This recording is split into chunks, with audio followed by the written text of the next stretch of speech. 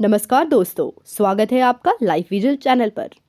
अगर आप HPRCA special educator exam की तैयारी कर रहे हैं तो आज की वीडियो आपकी प्रेपरेशन का डायरेक्शन चेंज कर देगी, क्योंकि आज हम बात करेंगे कंप्लीट सिलेबस की, एग्जैक्ट सोर्सेज की, यानी कि कहाँ से पढ़ना है, और स्मार्ट प्रेपरेशन स्ट्रैटेजी की, और सब कुछ एक ही वीडियो में।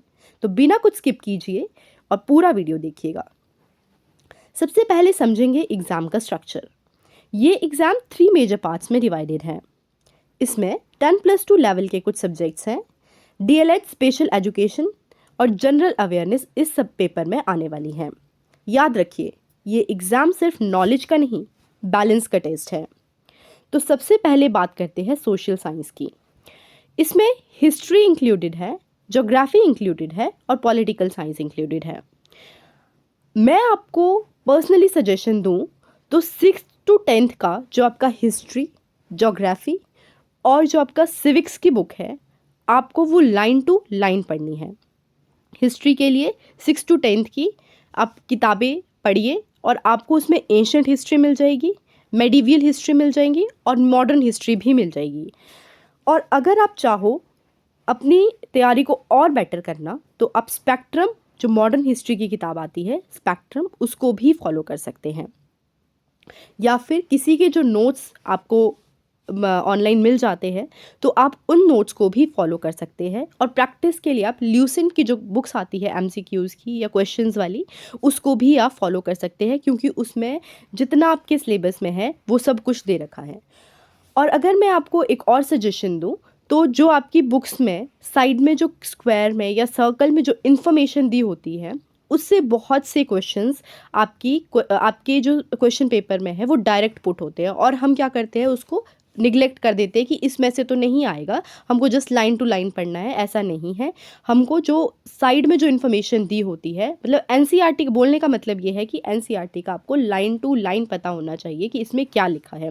और हो सकता है कि कुछ इन्फॉर्मेशन NCERT में स्किप हो, आपकी टाइमलाइन प्रॉपर नहीं बन रही हो, तो आपको क्या करना है, किसी और बुक को फॉलो करना है या किसी भी नोट्स को आप फॉलो कर सकते हो। और इस तरह से आपको अपनी तैयारी को आगे बढ़ाना है। और ज्योग्राफी के लिए भी हम बात करें तो 6 to 10th का जो ज्योग्राफी का जो सिलेबस है वो सफिशिएंट है इस पेपर के लिए। और साथ में आपको मैप की प्रैक्टिस बहुत अच्छे से होना चाहिए, क्योंकि अगर आपका मैप स्ट्रांग होगा तो ही आपका ज्योग्राफी जो है वो स्ट्रांग होगा। आप इजीली जो चीज़ें हैं वो रिमेंबर कर पाओगे। अदरवाइज़ ज्योग्राफी पढ़ना टफ हो जाता है, हम चीज़ें रटते रह जाते हैं। अगर आपको मैप से पता होगा तो आपका क्या होता है कि बेसिक अंडरस्टैंडिंग ज्योग्राफी के लिए आपकी बनेगी। अब बात करते हैं पॉलिटिकल साइंस की। तो पॉलिटिकल साइंस का भी आपकी जो सिविक्स की किताबें हैं, 6 to 10th की जो आपकी बुक्स हैं, आपको पढ़ लेनी है। और साथ साथ मैं आपको एक सजेशन दूं तो जो एक्चुअली ओरिजिनल जो आपको PDF मिल जाएगा, ऑनलाइन मिल जाएगा कॉन्स्टिट्यूशन का, आप एक बार उसको ज़रूर देखिएगा। उसमें जो आपके पार्ट्स हैं, कितने पार्ट्स हैं, कितने हमारे पास आर्टिकल्स है, क्या नया आर्टिकल आया है, ये सब आपको इन्फॉर्मेशन होनी चाहिए अबाउट पॉलिटिकल साइंस। तो इसके लिए आप NCERT की एक तो 6 to 10th की बुक फॉलो कीजिए और साथ में आप ओरिजिनल जो कॉन्स्टिट्यूशन है उसको ज़रूर फॉलो कीजिए, ताकि आपके पास जो इन्फॉर्मेशन हो वो ओरिजिनल इन्फॉर्मेशन हो। और हो सके तो आप कोई और बुक्स को भी फॉलो कर सकते हैं इसके लिए, जैसे हमारे पास मार्केट में मिल जाती है और पॉलिटिकल साइंस की बुक, तो उससे भी आप इस चीज़ को पढ़ सकते हो। साथ साथ ल्यूसेंट की जो वन लाइनर्स जो आती है उससे भी आप इस चीज़ की प्रैक्टिस कर सकते हो। और पॉलिटी एक बार स्ट्रांग हो गई तो स्कोर अच्छा ही होगा, आपका स्कोर अच्छा आएगा, क्योंकि पॉलिटी ऐसी चीज़ है एक बार आ गई तो फिर वो भूलती नहीं है। ठीक है, हो सकता है कि चीज़ें भूल जाए बट कॉन्सेप्ट उसका भूलता नहीं है। पॉलिटी में आपको कॉन्सेप्ट ही बनाना पड़ता है।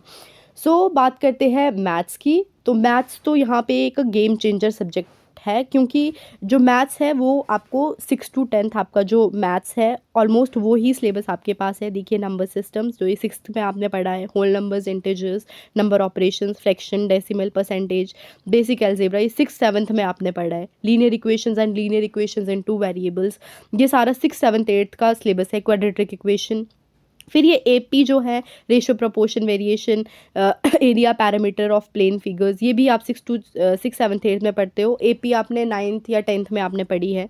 सरफेस एरिया वॉल्यूम, ये भी आप 9th 10th में पढ़ते हो। स्टैटिस्टिक्स प्रोबेबिलिटी, ये भी आपने 9th 10th में पढ़ रखा है। तो मतलब बोलने का बुक की बात ये है कि जो जो ये टॉपिक 6th to 10th की बुक में जो जो चैप्टर्स दे रखे हैं, आपको जस्ट वो चैप्टर्स को पढ़ना है। और मैं एक बात बोलूँ तो मैथ्स में शॉर्टकट नहीं चलेगा, क्योंकि मैथ्स सिर्फ प्रैक्टिस का रास्ता है, क्योंकि प्रैक्टिस से ही आपको मैथ्स आएगा। अगर आप सोचो कि हाँ ये टॉपिक में या फिर शॉर्टकट निकाल दूँ ये सब्जेक्ट में, या किसी के नोट्स लेके यहाँ पढ़ लूँ, ऐसा नहीं होगा। आपको एनसीईआरटी लेनी है, आपको वो चैप्टर खोलना है जो आपको सिलेबस में दे रखा है, और आपको इंट्रोडक्शन से लेकर एनसीईआरटी में भी आपको ऐसा नहीं कि सीधे आपने एक्सरसाइज करने लग जाना है, नो, वो मैथ पढ़ने का तरीका नहीं है। जैसे कई बार हमें स्कूल में ये करवाते थे कि हाँ ठीक है जी, आपको एग्जाम्पल्स करवा देंगे और फिर आपको क्या करेंगे कि अब आप एक्सरसाइज करके आना जी, क्योंकि ये ही एक टिपिकल मेथड था मैथ करवाने का। पर एक्चुअली में क्या करना है कि इंट्रोडक्शन से लेकर आपको समरी तक जितना भी चैप्टर है मैथ का, उसको पूरा पढ़िए, तभी जाके आपको वो चीज़ आएगी। और बार बार प्रैक्टिस करना है। प्रैक्टिस का के अलावा कोई शॉर्टकट नहीं है मैथ्स को अच्छे से करने का।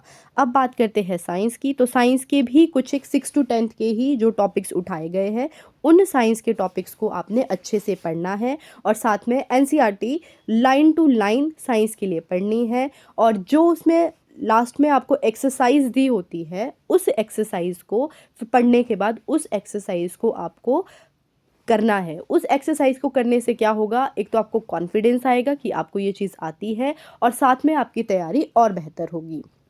तो साइंस रटना नहीं है, एक्चुअली साइंस को विजुअलाइज करना है कि अच्छा ये चीज़ ऐसी है तो ये चीज़ ऐसी है। क्योंकि रटने से फिर आपको चीज़ें, जब आप एग्ज़ाम देने जाओगे, आप एग्ज़ाम में बैठोगे तो आपको नहीं आएगी याद। अगर आपने अच्छे से विजुअलाइज की होगी, चीज़ें अच्छे से समझी होगी, तभी आपको एग्ज़ाम में याद आएगी। और बात करते हैं फिर ग्रामर की, इंग्लिश ग्रामर और हिंदी ग्रामर की। तो ये तो 9th और 6th to 10th में जो आपने ग्रामर आपने पढ़ रखा है 6th to 10th तक का, तो अगर आपके पास स्कूल का ग्रामर है तो उसको ही आप लीजिए। और इंग्लिश के लिए रन एंड मार्टिन का एक ग्रामर आता है, वो भी आप पढ़ सकते हैं। पर मैं कहूँ इस स्पेशल इंग्लिश के लिए रन एंड मार्टिन बहुत अच्छा ग्रामर है, तो आप वो ख़रीद सकते हो। और हिंदी में अगर आपके पास स्कूल का कोई ग्रामर है तो आप कर सकते हो उससे भी। और यूट्यूब पे बहुत सारे वीडियोस हैं इंग्लिश और हिंदी के लिए। स्पेशली इंग्लिश में ऐसा होता है कि हमें लगता है जब हम क्वेश्चन करने जाते हैं कि ये यहाँ पे सूटेबल बैठ रहा है, क्योंकि हमको रूल्स का नॉलेज नहीं होता है, टेंसेस का नॉलेज नहीं होता है, तो हम कुछ भी करके आ जाते हैं और हमको लगता है कि हम बहुत अच्छा करके आए हैं अपना इंग्लिश। फिर जब हम आंसर की मिलाते हैं या फिर जब अपना रिजल्ट देखते हैं तो पता लगता है कि ये तो ऐसा नहीं था, क्योंकि हमारा रूल नहीं ठीक होता है। रूल स्ट्रांग ही नहीं होगा, टेंस स्ट्रांग नहीं होंगे। जब हमें रूल नहीं पता होगा तो हम कैसे क्वेश्चन कर पाएंगे। तो इंग्लिश का जो बेसिक है दैट इज़ रूल, कि रूल को आप याद रखिए क्या रूल है। और इंग्लिश में इम्प्रूवमेंट करनी है तो रूल और साथ साथ डेली प्रैक्टिस तो बहुत ही ज़रूरी है। और हिंदी का भी यही है कि हिंदी इजी होती है, आसान से हम स्कोर कर सकते हैं, क्योंकि हमारी मदर टंग भी है और इजीली समझ भी आ जाती है। इसलिए हिंदी पे बहुत फोकस कीजिए, क्योंकि हिंदी आपको मार्क्स दिलाएगी। तो अब बात करते हैं स्पेशल एजुकेशन की, और ये वो सेक्शन है जो इस पेपर के लिए बहुत ज़्यादा इम्पॉर्टेंट है। तो जितना आपने डीएलएड में जो टॉपिक्स पढ़े हैं, disability, child development, inclusive education, ये सब, education in the emerging Indian society, इसमें कॉन्स्टिट्यूशन से रिलेटेड आपका यहाँ पे भी हेल्प हो जाएगा। जो आप पॉलिटिकल साइंस पढ़ोगे वो इस पार्ट में आपके काम आने वाला है। और characteristics of children with disability, specialisation, education, curriculum development and adaption, ये सब आपने जो डीएलएड में पढ़ रखा है तो वो सब आपके यहाँ पे काम आने वाला है।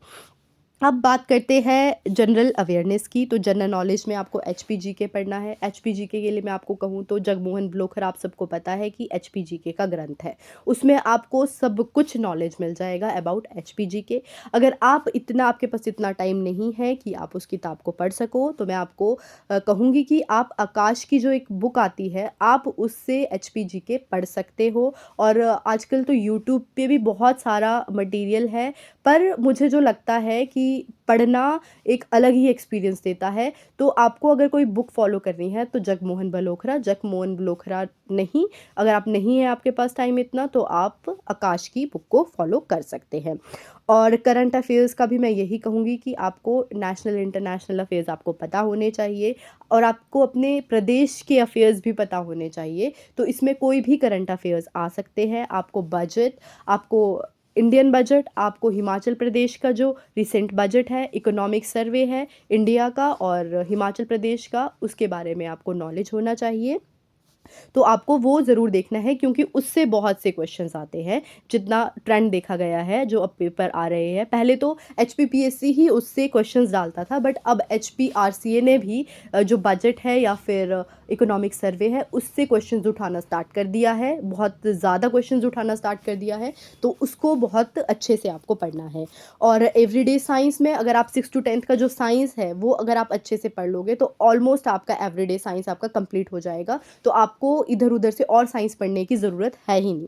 और लॉजिकल रीजनिंग, तो लॉजिकल रीजनिंग के लिए आप ऐसे ही जो वीडियोज़ रैंडमली आते हैं उसको वो फॉलो कीजिए, क्योंकि लॉजिकल रीजनिंग इतना कुछ ऐसा नहीं आएगा कि बहुत हाई लेवल का आपको रीजनिंग आएगा। आपको बहुत ही बेसिक लेवल का रीजनिंग आने वाला है। अगर आप 6 to 10th का मैथ अच्छे से पढ़ लोगे तो लॉजिकल रीजनिंग में आपको बहुत हेल्प करने वाला है।